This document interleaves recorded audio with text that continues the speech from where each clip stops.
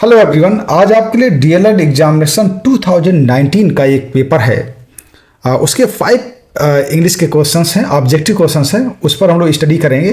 जैसा कि आपको मालूम होगा 2019 के एक पेपर पर ऑलरेडी हम एक लेक्चर अपलोड कर चुके हैं। चूँकि 2019 में 2 पेपर रहे होंगे, एक आपका बैक पेपर रहा होगा, एक मेन पेपर रहा होगा। आज हम लोग इस पेपर पर देखते हैं।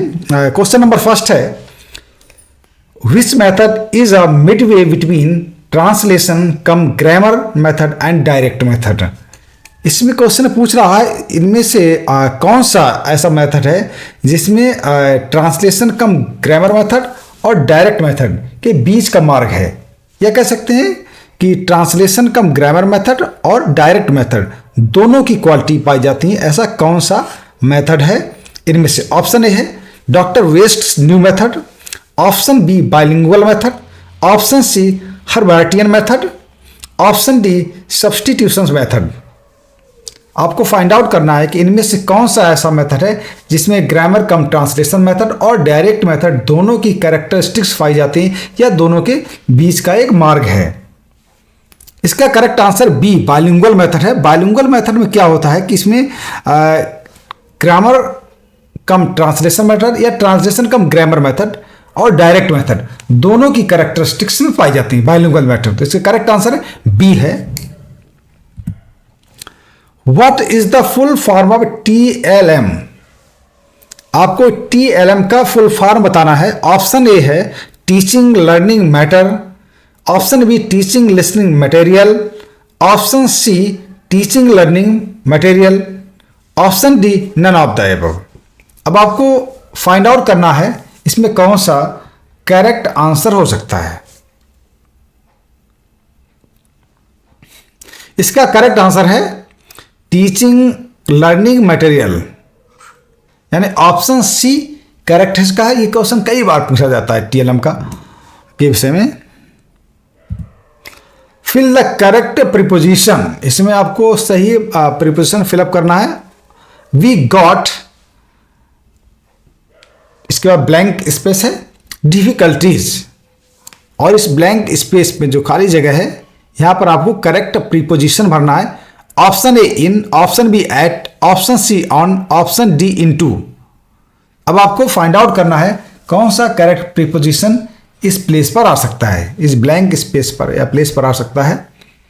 इसका करेक्ट आंसर डी है इनटू। गेट के साथ, ये गॉट सेकेंड फॉर्म है, गेट के साथ इनटू का प्रयोग उस स्थिति में होता है जब कोई किसी समस्या में पड़ जाता है या किसी उलझन पड़ जाता है या किसी कष्ट में पड़ जाता है, तो गेट के साथ इनटू का प्रयोग पड़ता है। या किसी मुसीबत में पड़ जाना या समस्या में पड़ जाना, तो यहां पर इनटू का प्रयोग होगा। क्या प्रयोग होगा? इनटू का। करेक्ट आंसर इसका डी है। What are the 2 productive skills? देखिए कई बार ये क्वेश्चन पूछा जाता है। अब आपको फाइंड आउट करना है कि इनमें कौन सी 2 प्रोडक्टिव स्किल्स हैं लैंग्वेज की। Option A listening skill and reading skill, option B speaking skill and writing skill, option C listening skill and speaking skill, option D reading skill and writing skill. अब आप find out करें कि इनमें से कौन सी 2 हैं जो प्रोडक्टिव स्किल्स हैं। क्योंकि 4 लैंग्वेज स्किल होती हैं, लिसनिंग, स्पीकिंग, रीडिंग और राइटिंग। उनमें से 2 प्रोडक्टिव स्किल्स हैं एंड 2 रिसेप्टिव स्किल हैं। तो यहां पर आप प्रोडक्टिव स्किल के विषय पूछा गया, तो यहां पर ऑप्शन बी इसका करेक्ट है। ऑप्शन बी इसका करेक्ट है, यानी कि प्रोडक्टिव स्किल्स कौन होती? Speaking skill and writing skill निश्चित रूप से प्रोडक्टिव स्किल हैं और इनकी बड़ी इंपॉर्टेंस है लैंग्वेज लर्निंग में। क्योंकि किसी भी बच्चे की लाइफ में बोलना और लिखना बड़ा बड़ी इंपॉर्टेंस होती है।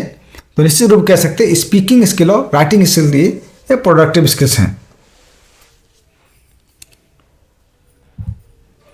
Fill in the blank with a suitable pronoun, इसमें सही प्रोनाउन भरना है। The boy dash was lazy was punished. Option A whom, option B which, option C who, option D whose। आपको फाइंड आउट करना है इसमें कौन सा सुटेबल प्रोनाउन हम फिल कर सकते हैं इस ब्लैंक स्पेस में। इसका करेक्ट आंसर हु आएगा। हु रिलेटिव प्रोनाउन की तरह इस्तेमाल होता है। हम the boy who was lazy was punished, यहाँ पर हु का प्रयोग किया जाएगा क्योंकि हु यहाँ पर रिलेटिव प्रोनाउन का काम कर रहा है, वर्क कर रहा है। एक चीज़ और बता दी, 2009 में जब क्वेश्चन पूछा गया था तो ये अधूरा क्वेश्चन पूछा गया, उसमें ये सेंटेंस नहीं दिया गया था। ये सेंटेंस मैंने इस क्वेश्चन को पूरा करने कर दिया, ये सेंटेंस दिया ही नहीं गया। हालांकि बाद में ऐसा कुछ इंस्ट्रक्शन शायद आया था, मुझे याद है कि सभी को बराबर मार्क्स दे दिए जाएं, इक्वल मार्क्स सभी बच्चों को दे दिए जाएं। तो ये सी इसका करेक्ट आंसर है। ये सेंटेंस तो मैंने पूरा कर दिया है, तो इसमें सी भरा जाएगा। मुझे लगता है आपको समझ में आ गया होगा। 2019 का एक दूसरा पेपर है और सभी 5 ऑब्जेक्टिव क्वेश्चन है इंग्लिश के। इस तरीके से प्रैक्टिस करिए और निश्चित रूप से अच्छे मार्क्स आप अचीव करेंगे। Thank you very much.